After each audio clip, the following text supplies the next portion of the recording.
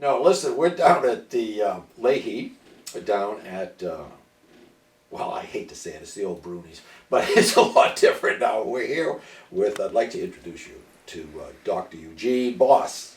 Let's bring it up. Let's not give him a big head. Part of Dr. B's practice is geriatric care, and that's what we're going to talk about, things that seniors should look out for and be mindful of, right? Absolutely. Okay, Yeah. and I've checked out here okay, supposedly. Lose a few pounds and all that crap. Yeah. Let's go, and we'll sit down and do an interview. Okay. All right, sounds good. Okay, so we've introduced you to Dr. Boss, and Truth in Lending Laws, I do have to admit something, he is my personal doctor. Mm-hmm. For the seniors watching this, the GP, but nowadays they call it the PCP. Right. Anyhow. But no health information for this show. We're going to keep it strictly professional, right? What? Oh, okay, yeah, we'll try, all right. So anyhow, we've talked about financial help for seniors, legal help for seniors. We've had David Beckingham on talking about chiropractic stuff and things. We've had Rick Silverman on talking about exercises and things that seniors should do. Never actually talked about medical issues. And part of Dr. Boss's practice is geriatrics, right? It is. I'm boarded in internal medicine and pediatrics, so I see kids and adults. But right now, the majority of my practice is seeing adults. Some of the adults act like kids. Exactly. And a good chunk of the adults are seniors. Okay. Like me. Exactly. No, All I right. wasn't going to go there, but. All right. So let's talk about what happens as you age and what you should maybe look for and tend to or something. It's still, I think, a lot of the same things for seniors are what we should focus on really throughout our life. So staying active. So I think it's kind of one of those things where if you slow down, you stop. So a lot of my patients that I see that are very healthy and doing very, very well into their 80s and 90s stay active with interest. They try to make an effort to get regular exercise. Obviously that's something that's very, very important. I think the same goes for the diet. Okay. Our metabolism slows down as we age. It's kind of natural for people to, start to put on a few pounds, but it's amazing really looking kind at of. me? Are you looking at me? No, again, I wasn't going to go there. This is generally speaking. So I think it's important to still make sure you're getting a healthy diet. So those are kind of the common sense things that I think are good for all of us. For seniors in particular, I think the preventative care goes a very, very long way. So obviously staying up on things like mammograms for women, colon cancer screening for us all, it maybe is even a little bit more important. I probably shouldn't say this, but I won't mention the anesthesiologist. I have a little kink in my plumbing, so when I have that procedure, Yeah. they have to knock me out.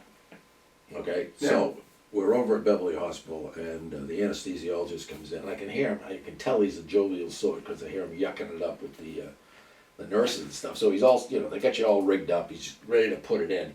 And I do have some interest in scientific procedures, so I say, hey, what is this stuff? And so he mentions the medical name, which doesn't mean anything. I said, really? Propofol. Yes, and he goes, it's the same stuff we gave to Michael Jackson. Yeah. And then, Exactly. It was a little freaky. So, all right, so diet, obviously, is a big thing. Keeping active.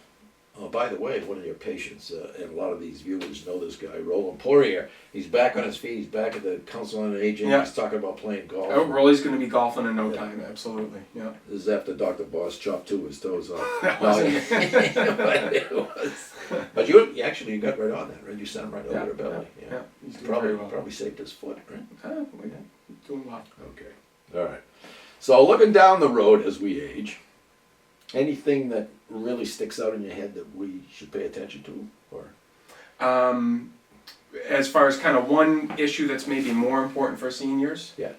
Again, I'm not sure there's kind of one particular thing. One thing that I think maybe takes a little bit of added emphasis is just safety at home and being careful as far as the risk for falls. So Okay. it's one of those things that I know is kind of first and foremost in everybody's mind, especially with the weather we've been having. So the reality is with osteoporosis and bone thinning as we age, that seniors are maybe a little bit more likely to have problems with broken bones in their back, with hip fractures.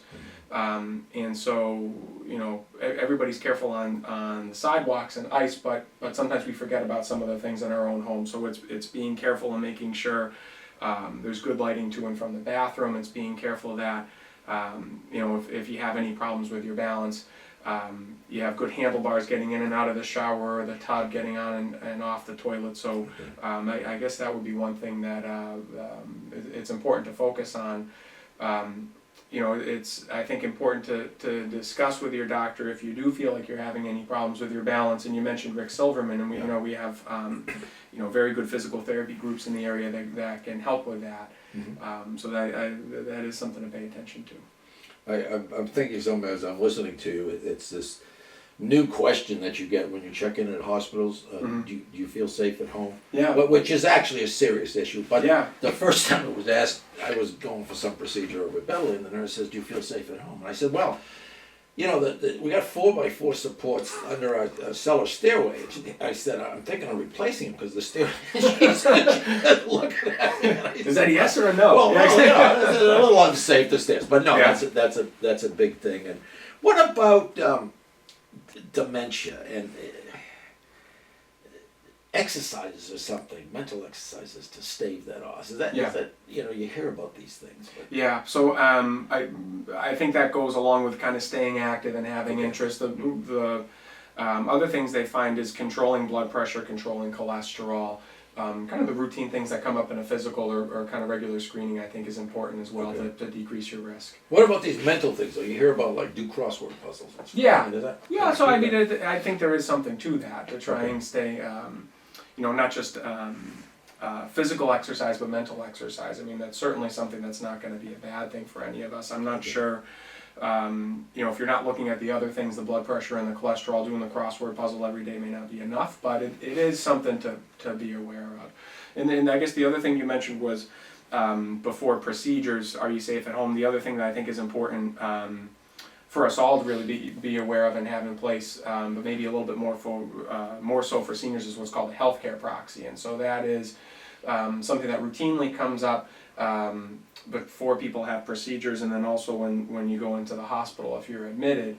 But the general idea is that if you were to get sick, have an unforeseen illness, the way that the Commonwealth of Massachusetts looks at it is that you have someone in place, whether it's a family member or a friend, that if you're unable to make medical decisions for yourself, you designate one person, and if that person's not available, someone else after them to kind of speak on your behalf. So that's a written document. It is, and it's something that every once in a while people come back to me and say, well, like you said, I'm going for the colonoscopy, and somebody will ask beforehand, do you have a living will? And maybe that's not the most reassuring thing to be asked before you have a procedure. But it's true. I mean, any procedure like that absolutely has potential. It has potential, and the risk is usually very, very low. But that is something I think is important for us all. All right. I think we have that. We'll talk. No, we do. We had our legal thing, and I tell the seniors that make sure people do a will. I know this is off the medical thing, and people do a will and they put it away. And 35 years. I mean, later things change. Absolutely. And so we've had to change that. Who's going to be guardian and all that other stuff, and who's going to take our cats? Do you want 4 cats? Do you threaten that on people? Yeah. Some of them are anyhow, so. Okay, so you keep healthy, keep mentally healthy, keep physically active. I guess watch alcohol, watch sugar, and all that other stuff. Yeah, diet is something that's evolving too, and so what we consider a healthy diet now is not necessarily what was considered a healthy diet 30 or 40 years ago. So that is something that I think kind of for certain people that have been used to eating a certain way for a long time can be a little difficult. But diet in particular, what they're finding is that carbohydrates, so basically kind of white bread, whitish pasta, white rice, crackers, those things are really loaded with sugar, and so what you wind up doing is potatoes, starchy foods, if you have a diet that's high in those things, you wind up taking in a fair amount of sugar without knowing it. Okay. Blood sugar goes way up. and then you have a tendency to eat more down the road. So what the nutritionists are finding now is that if you get lots of fresh fruits and vegetables, meats, fish, even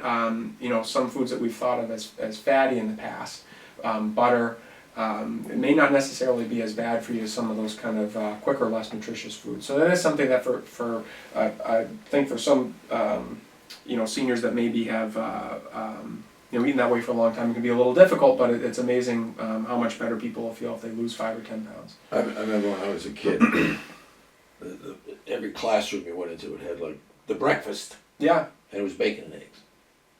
I mean, that's really. I mean, you were told almost to have that every morning. And so actually, some nutritionists now would say that bacon and eggs is not that bad. I mean, it's the Lucky Charms. It's lots of orange juice. It's pancakes with maple syrup. I mean, those things are really kind of high carbohydrate, are not great for you. So when you think of the old food pyramid, it was the fatty foods kind of way to the top, and then the grains and rice.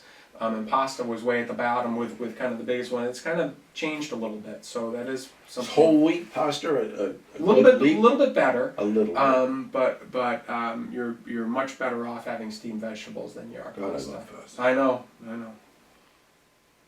I love more than 2 glasses of wine.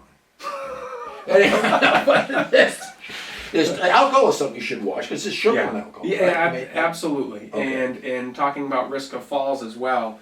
Yeah. A glass of wine a day is probably okay, but if you get past that, it may affect your balance later on that evening. It may affect your balance in the following morning, so you need to be careful. But yeah, lots of sugar and carbs in alcohol. I've got friends that are on a no sugar, no flour diet. It's tough. I love pasta. Yeah. And I can cut down on white bread. Yeah. Certainly, but.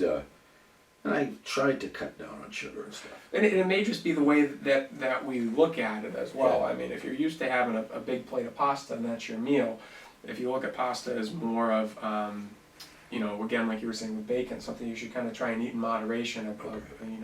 A smaller portion is something that once in a while you can have. It's just that every night to have it is going to be a little too much. Salt is also same thing, absolutely. Salt is a very good point. So, and there are a lot of foods that have kind of hidden salt. So most people will say, well, I never put salt on my food. It's amazing how much is in canned soup, even things like V8 that seem healthy.